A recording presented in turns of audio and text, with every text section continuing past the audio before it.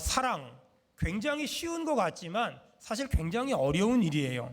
왜냐하면 사람들마다 생각하는 사랑이 다 달라요. 그래서 지금도 세상 사람들은 사랑에 대해서 굉장히 막연하게, 그리고 굉장히 추상적으로 사랑은 이런 겁니다, 사랑은 이런 겁니다 라고 말하지만, 오늘 사도 바울은 고린도전서 13장에 사랑에 대해서 아주 분명하게 그리고 아주 정확하게 이야기하고 있습니다. 제가 지난 주일날 사랑에 대해서 설교한 걸 좀 정리하면은요, 자, 고린도전서 13장 거기 보니까 5절에 보니까 자기의 유익을 구하지 아니하며 또 성내지 아니하며 이 두 가지를 설교한 것 같아요. 사랑은 자기의 유익을 구하지 않는 거다. 다른 말로는 사랑은 내 주머니에 있다고 해서 움켜잡는 건 아니다. 자, 두 번째, 사랑은 성내지 않는 거다. 사랑은 내가 화내는 것도 아니며 다른 사람을 화내게 하는 것도 아니다. 지난 주일날 이 두 가지를 얘기했고요. 오늘은 이어서 사랑은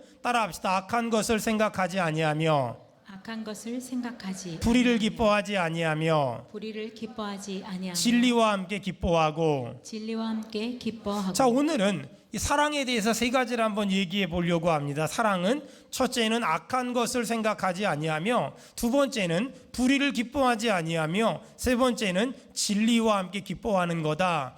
아마 사랑에 대해서 설교가 다 끝나고 나면 사랑학교 이렇게 해가지고 제목은 뭘로 정할지 모르겠는데 소식자료 하나 만들어서 좀 성도들한테 나눠주고 또 판매하려고 하거든요. 여러분 잘 들으면서 한번 내가 내 삶 가운데 어떻게 적용해야 될지를 많이 고민했으면 좋겠어요.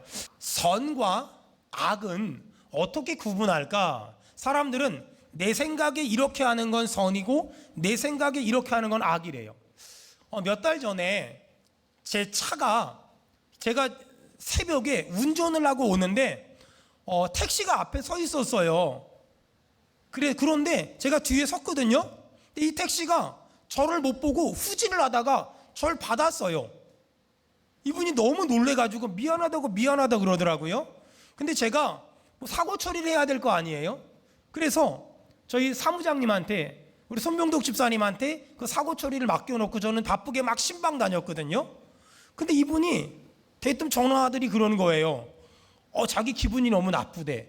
왜 사고를 당하신 당신이 처리를 안 하고 다른 사람이 처리를 안 해? 이건 상식에서 벗어난 것이고 이거는 기본이 안 된 거라는 거예요. 굉장히 웃기더라고요. 좀 많이 웃기더라고요. 어쨌든 간에 여러분, 이렇게 사람들마다 사랑에 대해서 이게 사랑이야, 이게 사랑이야 라고 얘기하는 사람도 있고, 이게 선이야, 이게 악이야 라고 말하는 사람들도 굉장히 많아요. 특별히 지금 이 시대는 여러분 포스트 모더니즘 시대. 이게 뭐냐면 제가 옳다고 생각했던 것들이 우리 아이들도 옳다고 생각하질 않아요. 저는 가끔 텔레비전을 보다가 못 알아듣는 말이 너무 많아요. 어저께도 어떤 텔레비전 프로그램을 잠깐 쳐다보는데 본캐 아세요? 본캐? 집사님만 알고 나머지 뒷사람은 아무도 몰라요. 문현순 집사님도 모르잖아. 몰라서 우리 딸내미한테 물어봤더니 가르쳐 주더라고요. 텔레비전 방송을 보는데 못 알아먹는 말이 왜 그렇게 많은지 모르겠어. 여러분, 지금 이 시대는 포스트 모더니즘 시대. 어찌 보면 우리 아이들은 지금 포스트 모더니즘 시대를 살잖아요. 우리는 모더니즘 시대를 살았고요. 그러다 보니까 옳다고 생각하는 게 너무 달라요. 또 선이라고 악이라고 생각하는 게 너무 다르단 말이에요. 그래서 기준이 분명하지 않으면, 그러면 내가 선이라고 생각하는 걸 다른 사람은 악이라고 생각하고, 다른 사람이 악이라고 생각하는 걸 내가 선이라고 생각할 수 있어요. 하나님의 말씀이 선과 악을 나누는 분명한 기준이 돼야 돼요. 자, 보세요. 아담과 하와가 선악과를 따먹었어요. 근데 왜 아담과 하와가 선악과를 따먹은 게 죄일까요? 하나님이 하지 말라고 한 걸 했잖아요. 그러니까 죄인 거예요. 사도 바울은 악을 악으로 갚지 말고 악을 선으로 이기라고 가르쳐줬어요. 세상은 악한 사람을 만나면 더 악하게 이기려고 하거든요. 근데 하나님의 사람은 선으로 악을 이기라고 말했어요. 여러분, 원수는 내가 갚는 게 아니라 하나님이 갚아주는 거예요. 여러분, 절대 미운 사람, 싫은 사람, 나를 힘들게 한 사람, 나를 속상하게 한 사람, 나를 아프게 한 사람 원수 갚지 말고 하나님이 갚아주시는 걸 기도하고 기다리면 하나님은 반드시 선악간에 심판하실 줄로 믿습니다. 여러분 잘 들으세요. 그리스도인이란 원수를 갚기 위해 노력하는 자가 아니라 원수를 품기 위해 노력하는 자가 돼야 돼요. 이렇게 아멘을 3명만 할 줄 알았어요. 다시 새로요. 그리스도인이란 원수를 갚기 위해 노력하는 자가 아니라 원수 같은 인간들을 품기 위해 노력하는 자가 돼야 돼요. 아멘. 이게 신앙생활이에요. 신앙생활은 원수 같은 사람이 있어요. 살다 보니 마음에 안 드는 사람도 있고 미운 사람도 있고 얄미운 사람도 있고 화가 나는 사람도 있고 짜증나게 하는 사람도 있어요. 그런데 그리스도인이란 원수 같은 사람을 원수를 갚는 자가 아니라 원수를 품기 위해서 애쓰고 몸부림치는 것, 그걸 믿음 생활이다, 그걸 신앙 생활이다 라고 말해요. 여러분 원수 같은 사람들을 마음에 품고 있는 사람들에게 하나님이 오늘 로마서 12장 19절에 말씀하십니다. 원수 갚는 것이 내게 있으니 내가 갚으리라. 하나님이 갚아주실 줄로 믿습니다. 살다 보니 억울한 일을 만날 때도 있고 속상한 일을 만날 때도 있고 화가 날 때도 있어요. 그러다 보니까 내 마음에 미운 사람도 생기고 원수 같은 인간들도 생겨요. 문제는 내 마음에 미운 사람, 원수 같은 사람, 용서하고 싶지 않은 사람, 사랑하고 싶지 않은 사람, 이런 사람이 생기면 내 마음이 지옥이 돼요. 내 마음이 너무너무 지옥이 돼요. 근데 하나님이 그런 우리에게 말해요. 원수는 내가 갚아줄게. 너는 그냥 사랑하고 축복해.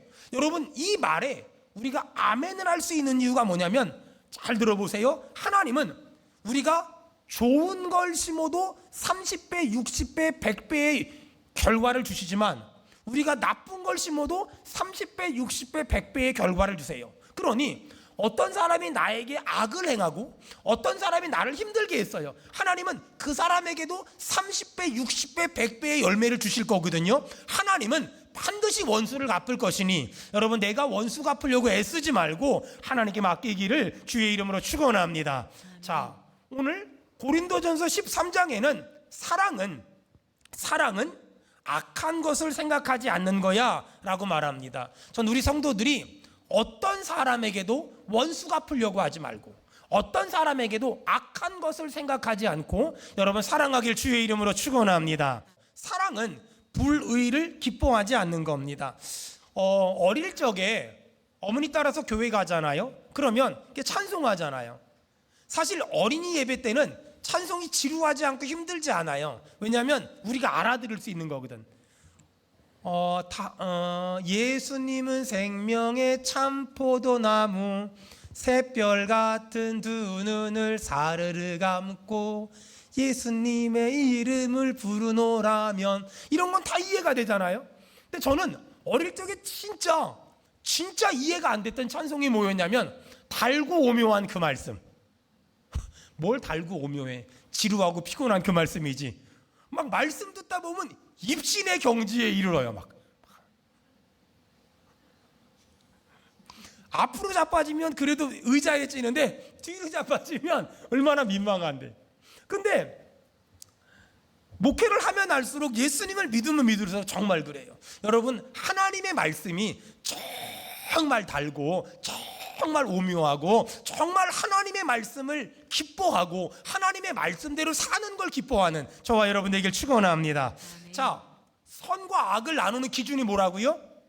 자, 더 크게요. 선과 악을 나누는 기준이 뭐라고요? 하나님의 말씀. 자, 그렇다면 하나님이 하라고 한 건 해야 돼요. 하지 말라고 한 건 하지 말아야 돼요. 그걸 잘 산다, 그걸 믿음 생활한다 라고 얘기해요. 자, 그러면 어려운 얘기 제가 하나만 할게요. 자, 창세기를 보니까 하나님이 한 남자와 한 여자를 짝지어서 가정을 만들어줬대요. 여러분 동의하십니까? 아멘. 그런데 만약에 그래서 결혼이란, 가정이란 한 남자와 한 여자가 서로 사랑하는 걸 결혼이라고 말해요. 근데 만약에 한 남자가, 여기 남자분들 졸다가 지금 아멘하면 큰일 나요. 부부싸움 합니다. 한 남자가 두 여자를 사랑해. 어떤 남자가 나는 아내랑 있을 때는 마음에 평안함이 없는데 그 여자랑 있을 땐 마음에 평안하대. 입을 찢어야 돼요. 죽여야 돼요. 그런 베이비들은 반대로 한 여자가 두 남자를 사랑해. 고개를 숙이고 있으면 걸리는 것 같아요. 잘 보세요. 여러분 틀렸어요. 자, 조금 더 진도 나갑시다. 자, 한 남자가 한 남자를 사랑해. 아니, 내 아들이 며느리감입니다 이렇게 데리고 왔는데 알통이 있는 이렇게. 또 반대로 한 여자가 한 여자를 사랑해. 여러분 틀린 거예요. 악인 거예요. 죄인 거예요. 우리 아멘 합시다. 왜 그럴까? 내가 그런 스타일을 싫어해서 이렇게 말하면 안 돼요. 그거는 굉장히 잘못된 거예요. 성경에 한 남자와 한 여자가 짝지어서 가정을 이루는 거야 라고 성경에 말했기 때문에 하나님의 말씀에 근거해서 보니 그건 악인 거예요. 그건 잘못된 거예요. 그건 틀린 거예요 라고 말할 수 있어야 돼요. 진정한 기쁨은 여러분 정말 제가 말할 테니까 동의하면 아멘 합시다. 진정한 기쁨은 죄를 기뻐하지 않고 의를 기뻐하는 것이며 악을 기뻐하지 않고 선을 기뻐하는 것이며 비진리를 기뻐하지 않고 진리를 기뻐하는 것인 줄로 믿습니다. 여러분은 하나님의 말씀대로 사는 게 기쁩니까? 아니면 죄 짓는 게 기쁩니까? 만약에 죄 짓는 게 기쁘다면 나는 지금 마귀한테 끌려다니는 겁니다. 정말 하나님의 사람이라면, 정말 성령의 사람이라면 죄진 것들을 회개하고 애통해하고 가슴 아파하며 이제 그렇게 살지 않겠다고, 두 번 다시 그렇게 살지 않겠다고 결단하고 끊어내는 사람이 정말 하나님의 사람이고 정말 믿음의 사람이지, 죄에 질질질질 끌려다니는 건 절대 하나님의 사람이 아닙니다. 전 우리 성도들이 불의를 기뻐하지 않고 진리를 기뻐하길 주의 이름으로 축원합니다. 자, 우리는 죽어서 가는 천국이 있고 이 땅에서 누리며 살아가는 천국이 있어요. 자, 저희 어머니는 옛날에 먹고 살기 힘들고 너무너무 살기 폭복하니까 맨날 입버릇처럼 빨리 천국이나 가면 좋겠다, 빨리 천당이나 가면 좋겠다, 입버릇처럼 말했거든요. 근데 어느 날 요 근래 저희 어머니가 천당 가고 싶다는 말을 잘 안 해요. 먹고 살만한가 봐요. 여러분, 하나님의 뜻은 이 땅에서는 지질이 궁상처럼 살다가 죽으면 천국 가는 게 아니에요. 하나님의 뜻은 죽어서 천국 가지만 이 땅에서도 오늘 하루를 천국처럼 살고 싶어요. 여러분 축복합니다. 가정이 천국 되길 바랍니다. 여러분 부부간의 관계가 천국이 되길 축원합니다. 부모와 자녀와의 관계가 천국이 되길 축원합니다. 참 어떻게 하면 그럴 수 있을까? 자, 죽어서 가는 천국은 예수님을 믿음으로 가능한 거예요. 자, 물어볼게요. 여러분 죽어서 가는 천국은 어떻게 간다고요? 예수님을 믿음으로 가는 거예요. 그런데 살아서 경험하는 천국, 살아서 누리는 천국은 하나님의 말씀을 순종하는 거예요. 남편은 아내를 사랑하고 아내는 남편을 존경하고 부모는 자식을 사랑하고 자식은 부모를 존경하고. 여러분 제가 굉장히 좋아하는 한자 고사성어가 있거든요. 군군신신 부부자자. 군군신신 부부자자.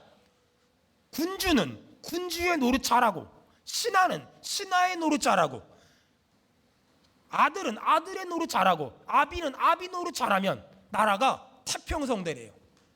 여러분 어떤 영화에서 이런 말 했죠. 너나 잘하세요. 너나 잘하세요.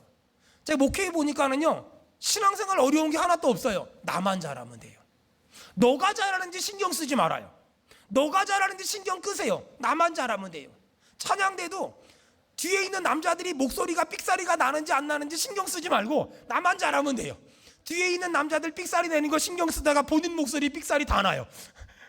여러분 신앙생활은 의외로 굉장히 간단해요. 그냥 나만 잘하면 돼요. 자, 죽어서 가는 천국은 믿음으로 가요. 살아서 경험하는 천국은 내가 하나님의 말씀을 지키는 만큼만, 내가 하나님 말씀을 순종하는 만큼만 우리는 이 땅에서 천국을 경험할 수 있어요. 여러분 축복합니다. 이 땅에서 천국을 경험하며 살기를 주의 이름으로 축원합니다. 여러분 천국이란 소유의 넉넉함의 문제가 아니라 관계의 문제예요. 목사와 성도가 관계가 너무 좋잖아요. 그럼 행복해요. 여러분 행복하십니까? 여러분 어렵지 않아요. 여러분 집에 딱 들어갔잖아요. 집에 아무리 좋은 텔레비전이 있고 좋은 오디오가 있고 아무리 어마어마하게 잘 꾸며놨을지라도 인테리어를 아무리 잘 해놨을지라도 남편과 아내가 관계가 좋지 않고 부모와 자식이 관계가 좋지 않으면 집에 가기 싫어요. 집에 가기 싫어요. 근데 관계가 좋잖아요. 그러면 원룸인데도 들어가고 싶고요, 좁아도 들어가고 싶어요. 저는 우리 성도들이 이 땅에서 천국을 경험하며 살기를 주의 이름으로 축원합니다. 여러분 어떻게 하면 천국을 경험한다고요? 하나님 말씀대로 순종하면 이 땅에서도 얼마든지 천국을 경험할 수 있다라고 성경에 말합니다. 그런 우리에게 하나님이 사명을 주셨어요. 어떻게 하면 우리가 세상의 빛처럼 소금처럼 살 수 있을까? 착한 행실을 통해서. 착한 행실을 통해서 너희가 세상의 빛처럼, 너희가 세상의 소금처럼 살아라 라고 말하는 거예요. 지난달에 기독교 잡지에 기독교인의 신뢰도라는 앙케이트 통계표가 하나 올라왔어요. 거기 보니까 예수 안 믿는 사람들이 예수 믿는 사람들에 대한 신뢰도가 거의 밑바닥 수준이에요. 왜 그럴까? 여러분 예수 안 믿는 사람들은 우리가 얼마나 예배를 잘 드리나, 얼마나 봉사를 많이 하나, 얼마나 헌금을 잘하나 이런 데 관심 하나도 없어요. 예수 안 믿는 사람들은 우리에 대해서 딱 두 가지에 관심만 있대요. 그게 바로 뭐냐? 착하냐, 정직하냐. 착하냐, 정직하냐. 이 두 가지에 대해서만 관심이 있다는 거예요. 여러분 예수 믿는다는 게 뭐냐면 이런 거예요. 조선시대 때, 조선 말에 선교사님이 우리나라에 들어왔어요. 그래서 선교사님이 복음을 전했는데 왕의 마차를 끄는 마부가 예수를 믿었어요. 마부가 예수님을 믿고 나니까 너무너무 좋은 거예요. 하루는 왕의 마차를 막 끌고 가다가 쉬는 시간이 있었어요. 마부가 아주 조심스럽게 왕에게 가서 왕에게 복음을 전했어요. 왕이시여, 예수님 믿으세요. 그랬더니 왕이 껄껄 웃으면서 이놈아, 예수 믿으면 종이 왕이 되냐? 예수 믿으면 마부가 왕이 되냐? 여러분 많은 사람들이 기독교 신앙을 그렇게 생각해요. 예수 믿으면 아픈 사람이 낫고 가난한 사람 부자가 되고 마부가 왕이 되고 승진하고 출세하고 잘 먹고 잘 살게 된다, 이렇게 생각하거든요. 맞아요. 그런 것도 있어요. 하지만 그것이 전문 아니에요. 그 왕의 질문을 잘 들으세요. 예수 믿으면 마부가 왕이 되냐? 그때 마부가 아주 중요한 말 했어요. 왕이시여, 예수 믿는 건 그런 게 아니에요. 예수를 믿으면 마부가 더 좋은 마부가 되고 마부가 더 착한 마부가 되는 겁니다. 여러분 아버지가 예수를 믿으면 어떻게 될까요? 더 착한 아빠가 되겠지요. 엄마가 예수 믿으면 더 착한 엄마가 되겠지요. 여러분 우리는 자꾸만 믿음이 좋다는 걸 종교적인 행위나 종교적인 열심으로 집중하거든요. 여러분 필요해요. 있어야 돼요. 하지만 더 중요한 건 내가 아무리 교회를 열심히 다니고 많이 다니고 헌금을 많이 하고 집 팔고 땅 팔고 냉장고 팔아서 헌금한다고 해도 세상 사람들은 나를 믿지 않아요. 그럼 어떻게 하면 세상 사람들이 나를 믿어줄까? 내가 착해져야 돼요. 예수를 믿는다는 건 더 착해지는 거예요. 더 정직해지는 거예요. 더 진실해지는 거예요. 더 순결해지는 거예요. 그 앙케이트 조사 보니까 충격을 받은 게 뭐냐면 예수 안 믿는 사람들과 예수 믿는 사람들이 똑같이 음주 가물을 즐기셨어요. 그런데 예수 안 믿는 사람들이 뭐라고 말한 줄 아세요? 나는 예수를 안 믿으니까 그럴 수 있지만 너는 예수 믿으면서 그러면 안 되잖아 라고 말한대요. 전 그 말이 굉장히 충격이었어요. 예수 안 믿는 사람들도 예수 믿는 사람들과 같이 음주 가물을 즐기고 방탕하고 타락하고 음탕했음에도 불구하고 예수 안 믿는 사람들 마음엔 예수 믿는 너는 그러면 안 되잖아 라고 말한다는 거예요. 왜 그럴까요? 여러분 예수 안 믿는 사람들에겐 일종의 선입견 같은 게 있어요. 일종의 편견 같은 게 있어요. 예수 믿는 사람은 나보다 착해야 돼. 예수 믿는 사람은 나보다 정직해야 돼. 예수 믿는 사람은 나보다 선해야 돼. 근데 문제는 예수 안 믿는 사람보다 착한 착한 예수 믿는 사람이 찾기가 어렵다는 거예요. 예수 안 믿는 사람보다 정직하고 착하고 선한 예수 믿는 사람들을 만나기가 어렵다는 거예요. 여러분, 그렇다면 신앙의 꽃이 뭘까? 지난주보다 이번 주에 더 예배 열심히 나오고 더 찬송 많이 하고 더 기도 많이 하고 더 헌금 많이 하고 더 봉사 많이 하고가 아니에요. 그러면 정말 예수를 잘 믿는다는 건 이것도 포함되지만 이건 빙산의 일각이고, 정말 예수를 잘 믿는다는 건 뭘까? 그것은 우리의 착한 행실로 말미암아 하나님을 모르는 사람들과 하나님을 믿다가 낙심한 사람들에게 하나님이 진짜 살아계시다고 보여줄 수 있는 것. 여러분, 여러분의 착한 행실이 세상 만방에 드러나길 축원합니다. 그게 진짜 믿음이에요. 그게 우리가 꿈꾸는 믿음이고, 그것이 우리가 상상하는 희망의 믿음이라는 거예요. 한 몇 달 전에 제가 수요 예배 때 영상을 하나 보여드린 게 있어요. 저랑 아주 친한 목사님이 이름도 성도 모르는 어떤 사람에게 간 이식 수술을 해줬어요. 근데 더 충격적인 건 먼저 사모님이 옛날에 해줬대요. 근데 이번에는 목사님도 한 거예요. 참, 부부가 어쩜 그런지.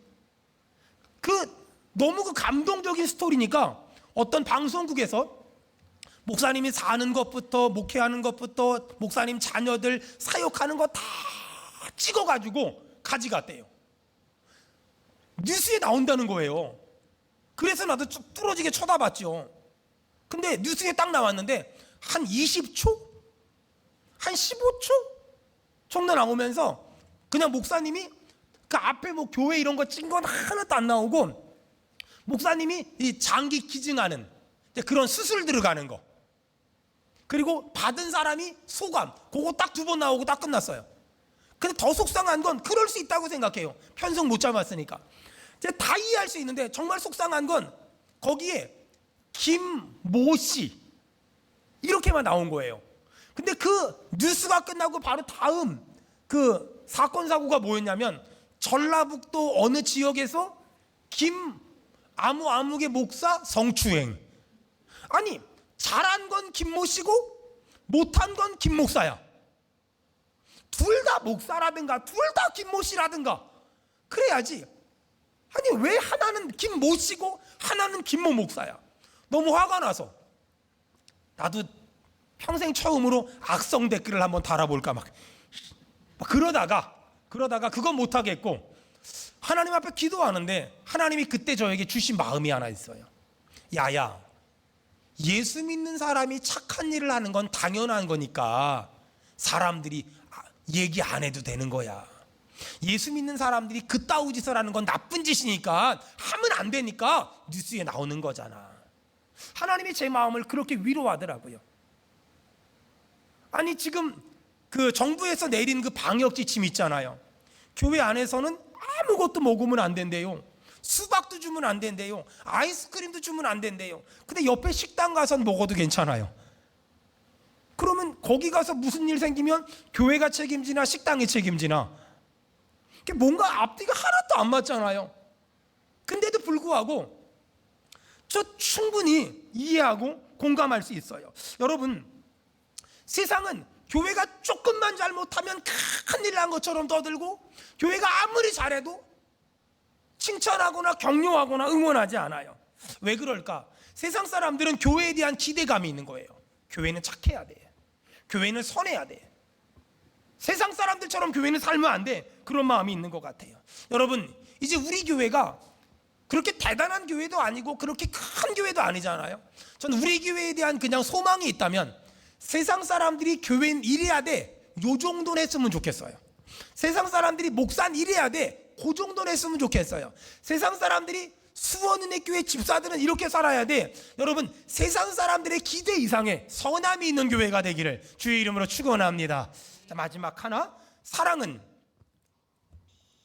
악한 것을 생각하지 아니하며, 또 사랑은 불의를 기뻐하지 아니하며, 마지막 하나, 사랑은 진리와 함께 기뻐하고. 따라합시다. 사랑은 진리를 기뻐하는 겁니다. 시작. 사랑은 진리를 기뻐하는 사랑은 것입니다. 진리를 기뻐하는 거랍니다.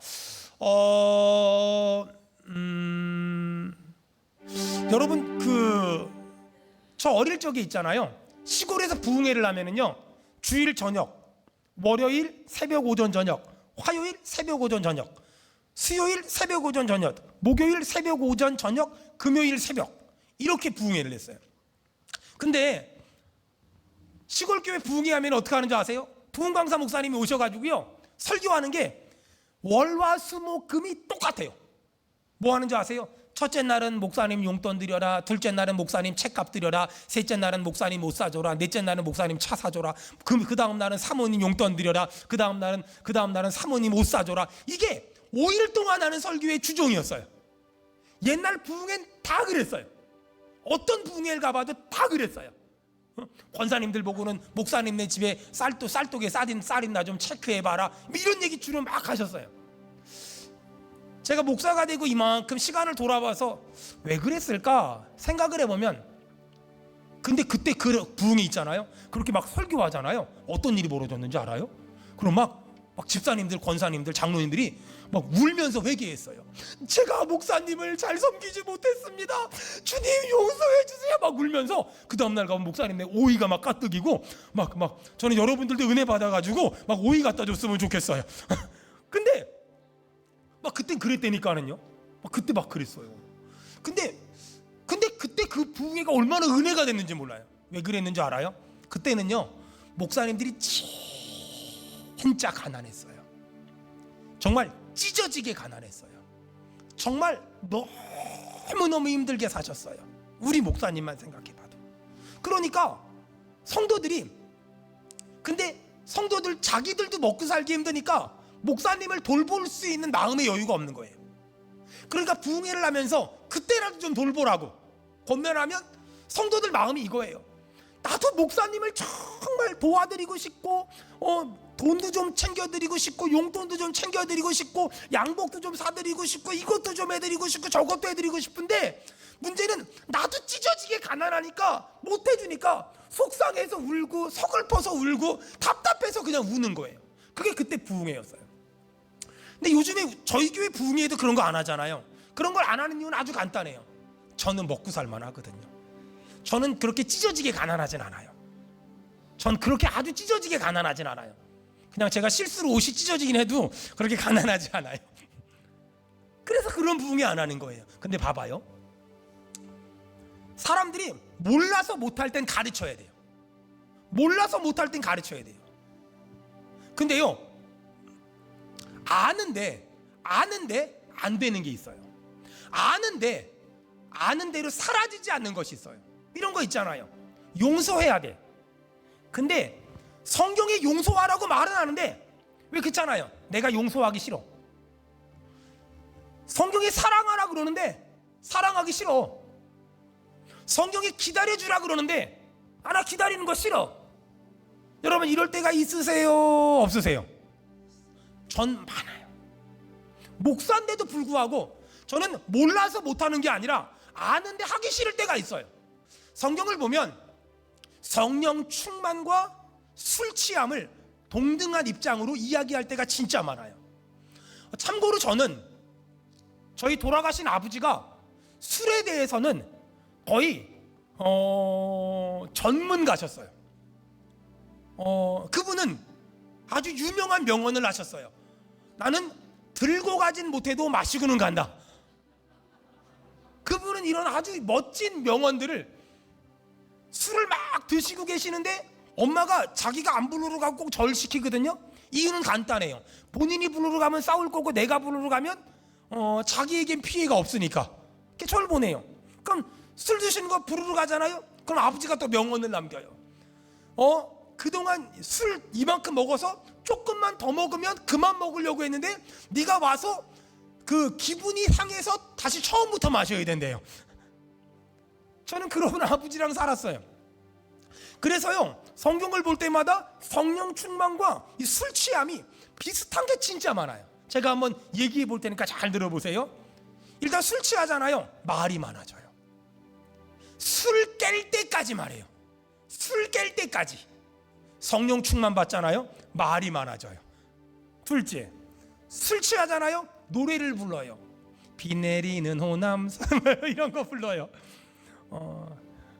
술 취하면 노래를 불러요. 여러분 성령 충만 받잖아요. 찬송하잖아요.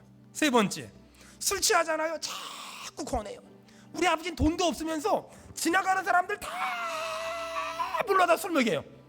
다 불러다가 권하잖아요. 여러분 성령 충만 받잖아요. 아무나 붙잡고 예수 믿으라고 권하잖아요. 넷째, 술 취하잖아요. 울어요. 울어. 자꾸 울어요. 성령 충만 받잖아요. 울어. 죄 때문에 울고, 순종하지 못해 울고. 또 술 취하잖아요. 이 지배를 당해요. 막 지배를 당해요. 막 성령 충만 받잖아요. 은혜의 지배를, 말씀의 지배를 받아요. 또 술 취하잖아요. 용감해져요. 아무나 붙잡고 싸워요. 한 번은 우리 아버지 전봇대 붙잡고 싸우더라고요. 네가 이기나 내가 이기나 해보자. 막. 근데 성령 충만 받잖아요. 전철, 지하철, 기차, 버스 이런 데 가서요, 예수 믿으세요 이런 거 막 해요. 또 술 취하잖아요. 이게 술이 중독이 돼요. 그렇게 마셔놓고 아침에 해장술 먹으러 가요. 성령 충만 받잖아요. 교회 나오는 게 힘든 게 아니라 안 나오는 게 힘들어요. 교회 안 나오는 게 너무 힘들어요. 마지막으로 술 취하잖아요. 냄새나요. 본인은 안 난다고 우기지만 냄새나요. 성령 충만 받잖아요. 그리스도의 향기가 나요. 우리 아멘 합시다. 여러분 근데요, 술에 취하잖아요. 그러면 사람이 평소에 못했던 말이나 못했던 행동을 그때 해요. 술의 힘을 의지하여. 여러분 근데 그거 아세요? 성령 충만 받잖아요. 그러면 갑자기 사람이 평소에 안 하던 순종, 평소에 안 하던 용서, 평소에 안 하던 사랑을 해요. 근데 문제는 뭔 줄 알아요? 성령 충만함이 사라지기 전에 그걸 해버려야 돼요. 만약에 예를 들어서 여러분 이게 술 취한 게 대부분 나쁘지만 좋은 게 한두 가지 있어요. 술 드시는 분들은요, 본인 기분이 좋으면 용돈을 줘요. 예수 믿는 인간들은요, 정신이 늘 멀쩡해서 용돈을 안 줘요. 술 취한 분들은요, 자기가 먹으려고 통닭 싸갖고 오거든요. 근데 예수 믿는 아빠들은요, 본인이 안 먹으니까 아무것도 안 싸갖고 와요. 그러니까 어쨌든 간에 여러분 이렇게 술이 취하잖아요. 그럼 술 기운으로 하는 게 있잖아요. 성령 충만 받잖아요. 그럼 성령 충만 받았을 때 이게 평소 때는 사랑이 안 되는데 은혜를 받잖아요. 갑자기 사랑이 돼요. 은혜를 받잖아요. 용서할 수 있어요. 은혜를 받잖아요. 기다려줄 수 있어요. 은혜를 받잖아요. 기도해줄 수 있어요. 여러분 근데 그래서 하나님이 우리를 알아요. 성령 충만 딱 받았을 때 그 순간이 넘어가면 다시 용서 안 하기로 하고, 다시 순종 안 하기로 하고, 다시 까탈스러워지기로 하고, 다시 승질을 갖기로 하고 막 이러거든요. 하나님은 그래서 우리가 딱 은혜 받았을 때 어떤 행동을 하기를 원해요. 그래서 하나님이 우리에게 준 선물이 뭔 줄 알아요? 핸드폰. 여러분 은혜를 받잖아요. 그럼 그 순간에 여보 미안해. 은혜를 받잖아요. 그 순간에 얘들아 미안해. 은혜를 받잖아요. 집사님 미안해요. 은혜를 받잖아요. 내가 다 용서할게요. 그리고 문자를 딱 보내는 거야. 왠 줄 알아요? 이게 예배 끝나고 오늘 저녁 때 만나서 내가 용서해야지, 내가 사랑해야지 하잖아요. 예배 끝나고 주차장을 딱 지나갈 때 주차장에 큰 마귀 새끼가 한 마리가 있어서 걔가 은혜를 다 뺏어가면 용서하기로 마음먹은 게 없어져 버려요. 사랑하기로 마음먹은 게 없어져 버려요. 언제 용서할 수 있을까? 언제 사랑할 수 있을까? 내 안에 성령으로 충만할 때. 여러분 우리는 알아요. 순종해야지, 용서해야지, 사랑해야지, 기다려야지, 기도해야지. 근데 문제가 뭐냐면 내가 아는데 살 힘이 없어요. 오늘 여러분 찬양하다 기도하다가 성령의 충만함을 받으면 아는 것에서 끝나는 것이 아니라 아는 대로 살게 될 줄로 믿습니다.